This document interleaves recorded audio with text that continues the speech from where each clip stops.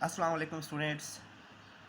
Today we are going to start lecture number 9 of chapter 1 chemistry 10th, and today's topic is importance of equilibrium constant. अभी जो 10th class exam में appear हुई थी 2020 में, तो जो सेकंड टाइम का पेपर था वहाँ पर importance of equilibrium constant long question आया है। तो यहाँ से ये आप अंदाज़ा कर लें कि वेरी इंपॉर्टेंट टॉपिक है। इस टॉपिक के दो पार्ट बनते हैं, दो अलग तरह से क्वेश्चन पूछा जाता है कि इक्विलिब्रियम कांस्टेंट की, वैसे जो हमारे पास इक्विलिब्रियम कांस्टेंट है क्या, केसी, इसको हम क्या कहते हैं, इक्विलिब्रियम कांस्टेंट। और लास्ट में कल के लेक्चर में, पिछले लेक्चर में हमने केसी का एक्सप्रेशन ड्राइव किया था। तो केसी की वैल्यू जो है, इसकी न्यूमेरिकल वैल्यू अगर हमें मालूम हो जाए तो उसके दो फ़ायदे होते हैं। एक क्या, प्रेडिक्टिंग डायरेक्शन ऑफ रिएक्शन। एक तो हमें किसी भी रिएक्शन की जब केसी वैल्यू मालूम हो जाए तो हम ये बता सकते हैं, प्रेडिक्ट कर सकते हैं क्या रिएक्शन की डायरेक्शन फॉरवर्ड है, क्या फॉरवर्ड रिएक्शन हो रहा है, क्या रिवर्स रिएक्शन हो रहा है, या इक्विलिब्रियम अचीव हो चुका है। और दूसरा है प्रेडिक्टिंग एक्सटेंट ऑफ रिएक्शन, कि किस हद तक रिएक्शन हुआ है। इक्विलिब्रियम कांस्टेंट की वैल्यू स्मॉल या लार्ज होने से हम बता सकते हैं क्या थोड़े रिएक्टेंट्स प्रोडक्ट्स में कन्वर्ट हुए हैं और इक्विलिब्रियम अचीव हो गया है, या फिर बहुत ज़्यादा रिएक्टेंट्स इक्विलिब्रियम में कन्वर्ट होने के बाद, बहुत ज़्यादा रिएक्टेंट्स प्रोडक्ट में कन्वर्ट होने के बाद इक्विलिब्रियम अचीव हुआ है। तो ये होता है एक्सटेंट ऑफ रिएक्शन।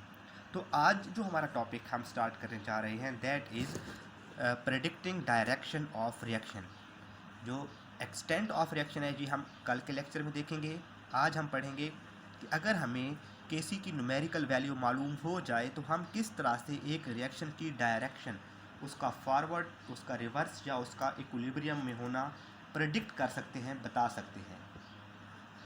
तो सबसे पहले हम आते हैं, इसकी जो बुक में भी ये लाइंस आप वहाँ पर टॉपिक के नीचे ही लिखी हुई हैं कि direction of reaction at a particular moment can be predicted by inserting the concentration of reactants and products at particular moment in Kc expression। जी देखें, ये हमारे पास एक Kc एक्सप्रेशन होता है, जिसमें हम अगर हम पिछले लेक्चर की बात करें तो ये हमारे पास एक Kc का एक्सप्रेशन आया था कि प्रोडक्ट वाली साइड ऊपर होती है, रिएक्टेंट्स को डिनोमिनेटर लिखते हैं, उनके जो भी नंबर ऑफ मोल्स होते हैं उनको पावर के फॉर्म में लिखते हैं। ये है Kc एक्सप्रेशन। अगर जहाँ पर हमें कंसंट्रेशन मालूम हो जाए, सी की कितनी कंसंट्रेशन है, डी की क्या वैल्यू है, ए की क्या वैल्यू है, बी की क्या वैल्यू है, अगर हम उन वैल्यूज़ को इस रिएक्शन में पुट करें तो हमारे पास फाइनल फॉर्म में केसी का आंसर आ जाएगा, केसी की न्यूमेरिकल वैल्यू आ जाएगी। तो चलते हैं आज के लेक्चर की तरफ। तो सपोज़ करें कि हमारे पास एक रिएक्शन हो रहा है हाइड्रोजन और आयोडीन का, H2 + I2, और इनके मिलने से क्या बन रहा है, 2 हाइड्रोजन आयोडाइड, 2HI।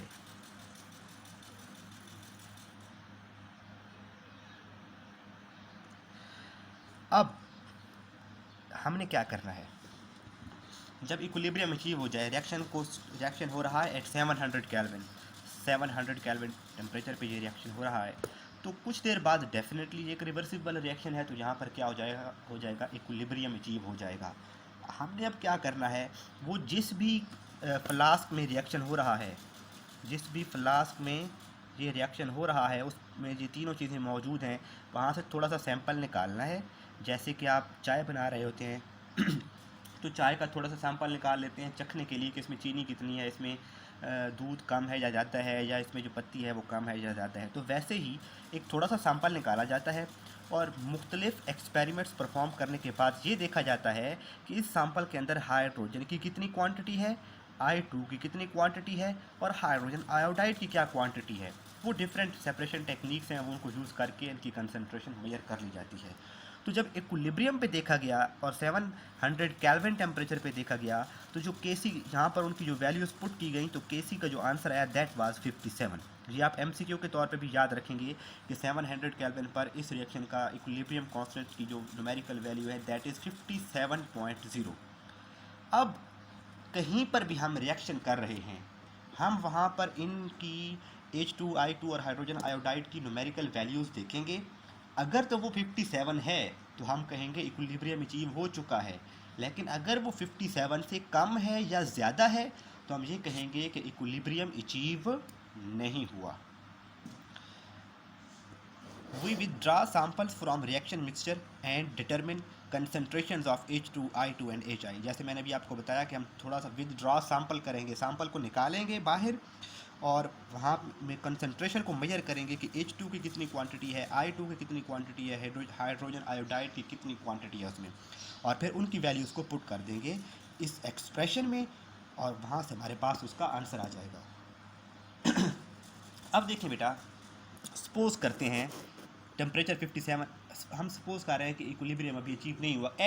हमने रिएक्शन जैसे स्टार्ट किया या रिएक्शन हो रहा है वो काफ़ी देर के बाद, हम बहुत ज़्यादा टाइम गुजर जाने के बाद भी मेजर कर सकते हैं एट एनी टाइम, और वो एट एनी टाइम को हम स्पेसिफिकली ज़ाहिर करने के लिए हम उनकी कंसंट्रेशन के साथ क्या लिख देते हैं यहाँ पर, H2 concentration at any time T, concentration of iodine at any time, concentration of, तो किसी एक ही लम्हे हम एक थोड़ा सा सैंपल निकाला और H2 की कंसंट्रेशन मेजर की तो वो आई 0.10 मोल पर डेसीमीटर क्यूब।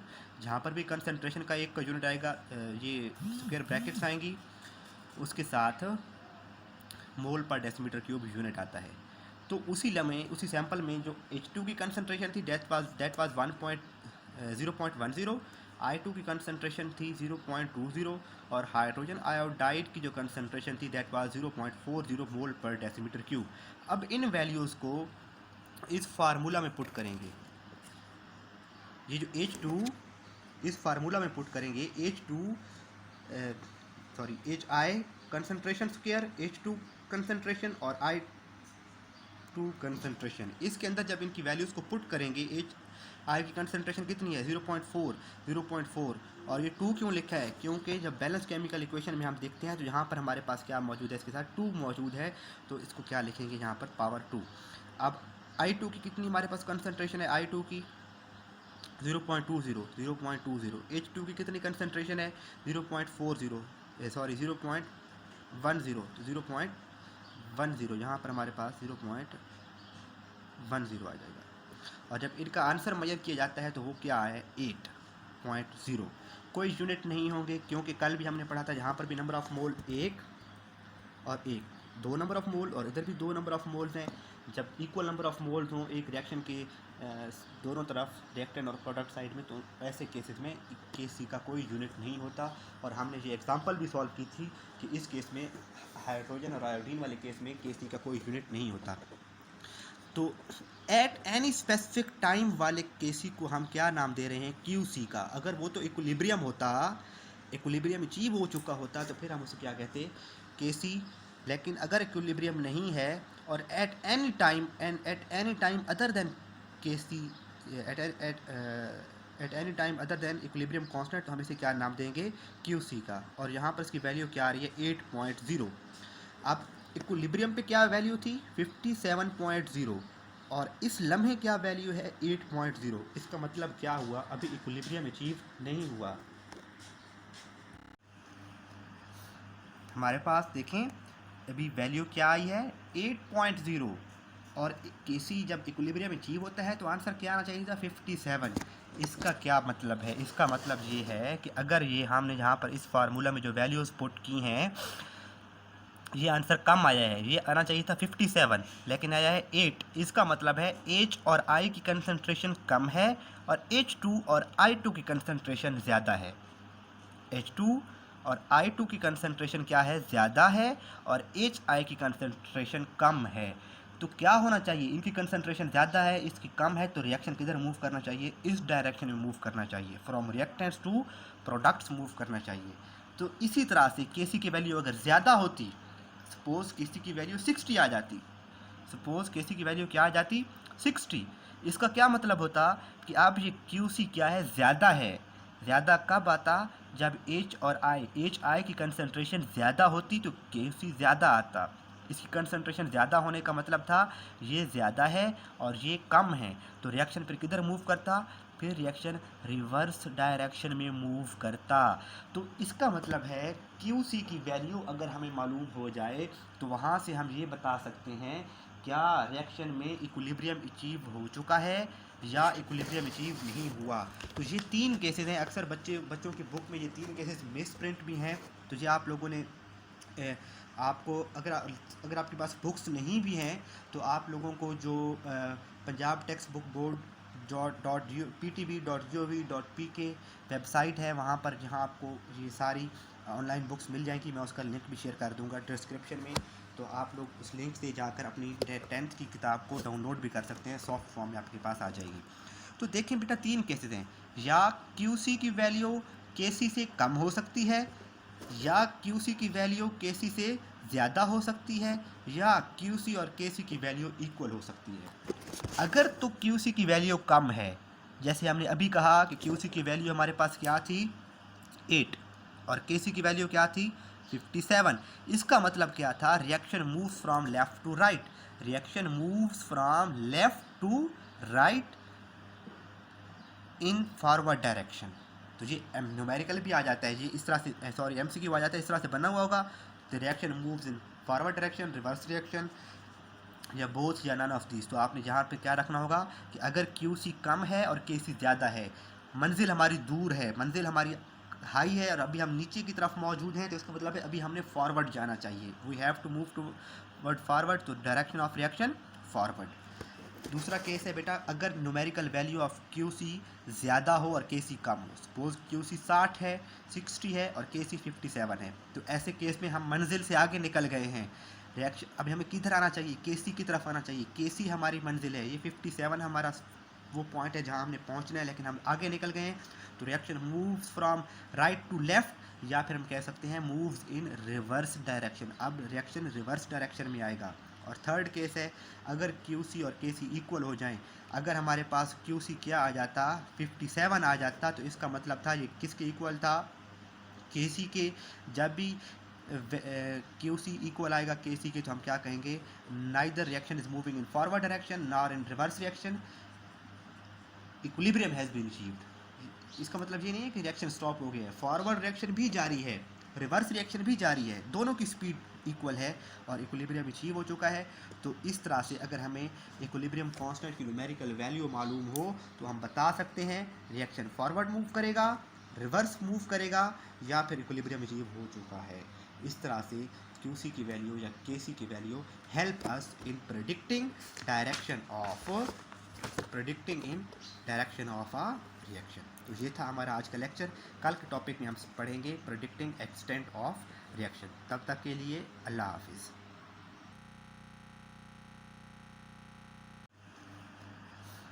हमारे पास देखें अभी वैल्यू क्या आई है 8.0 और के सी जब इक्विलिब्रियम अचीव होता है तो आंसर क्या आना चाहिए था 57। इसका क्या मतलब है, इसका मतलब ये है कि अगर ये हमने यहाँ पर इस फार्मूला में जो वैल्यूज़ पुट की हैं ये आंसर कम आया है, ये आना चाहिए था 57 लेकिन आया है 8। इसका मतलब है H और I की कंसंट्रेशन कम है और H2 और I2 की कंसंट्रेशन ज़्यादा है। H2 और I2 की कंसंट्रेशन क्या है, ज़्यादा है, और HI की कंसंट्रेशन कम है। तो क्या होना चाहिए, इनकी कंसंट्रेशन ज़्यादा है, इसकी कम है, तो रिएक्शन किधर मूव करना चाहिए, इस डायरेक्शन में मूव करना चाहिए, from reactants to products move करना चाहिए। तो इसी तरह से Kc की वैल्यू अगर ज़्यादा होती, सपोज Kc की वैल्यू 60 आ जाती, सपोज Kc की वैल्यू क्या आ जाती 60, इसका क्या मतलब होता कि अब ये Qc क्या है, ज़्यादा है। ज़्यादा कब आता, जब H और I की कंसंट्रेशन ज़्यादा होती तो Kc ज़्यादा आता। इसकी कंसंट्रेशन ज़्यादा होने का मतलब था ये ज़्यादा है और ये कम है, तो रिएक्शन फिर किधर मूव करता, फिर रिएक्शन रिवर्स डायरेक्शन में मूव करता। तो इसका मतलब है Qc की वैल्यू अगर हमें मालूम हो जाए तो वहाँ से हम ये बता सकते हैं क्या रिएक्शन में इक्विलिब्रियम अचीव हो चुका है या इक्विलिब्रियम अचीव नहीं हुआ। तो ये 3 केसेस हैं, अक्सर बच्चों की बुक में ये 3 केसेस मिस प्रिंट भी हैं। तो ये आप लोगों ने आपको अगर आपके पास बुक्स नहीं भी हैं तो आप लोगों को जो Punjab text book board .ptb.gov.pk website है वहाँ पर जहाँ आपको ये सारी ऑनलाइन बुक्स मिल जाएंगी, मैं उसका लिंक भी शेयर कर दूंगा डिस्क्रिप्शन में, तो आप लोग उस लिंक से जाकर अपनी 10th की किताब को डाउनलोड भी कर सकते हैं, सॉफ्ट फॉर्म में आपके पास आ जाएगी। तो देखें बेटा 3 केसेस हैं, या QC की वैल्यू KC से कम हो सकती है, या QC की वैल्यू KC से ज़्यादा हो सकती है, या QC और KC की वैल्यू इक्वल हो सकती है। अगर तो QC की वैल्यू कम है, जैसे हमने अभी कहा कि QC की वैल्यू हमारे पास क्या थी 8 और KC की वैल्यू क्या थी 57, इसका मतलब क्या था, reaction moves from left to right, reaction moves from left to right in forward direction. तो ये न्यूमेरिकल भी आ जाता है, ये इस तरह से, सॉरी MCQ आ जाता है, इस तरह से बना हुआ होगा।